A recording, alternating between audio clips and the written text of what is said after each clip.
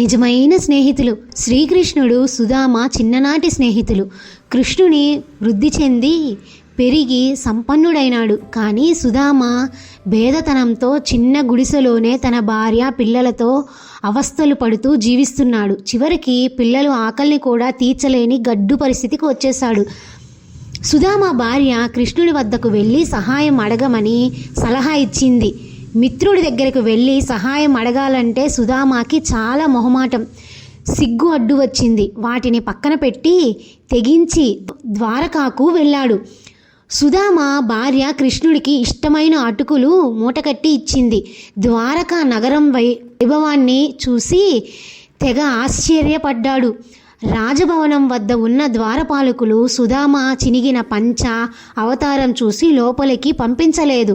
కానీ ఈ సమాచారం విన్న సుధామ వచ్చి తన ద్వారం దగ్గర వేచి ఉన్నాడన్న మాట విని కృష్ణుడు మహా ఆనందపడి చేస్తున్న పని అక్కడే ఆపి పరుగులెత్తుకుంటూ సుధామ దగ్గరకు వెళ్ళాడు.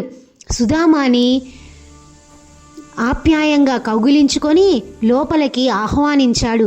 అంతేకాదు చాలా ప్రేమగా గౌరవంగా సుధామ కాళ్ళు కడిగి తన పక్కనే కూర్చోబెట్టుకొని చిన్ననాటి జ్ఞాపకాలు తలుచుకొని నవ్వుకున్నారు.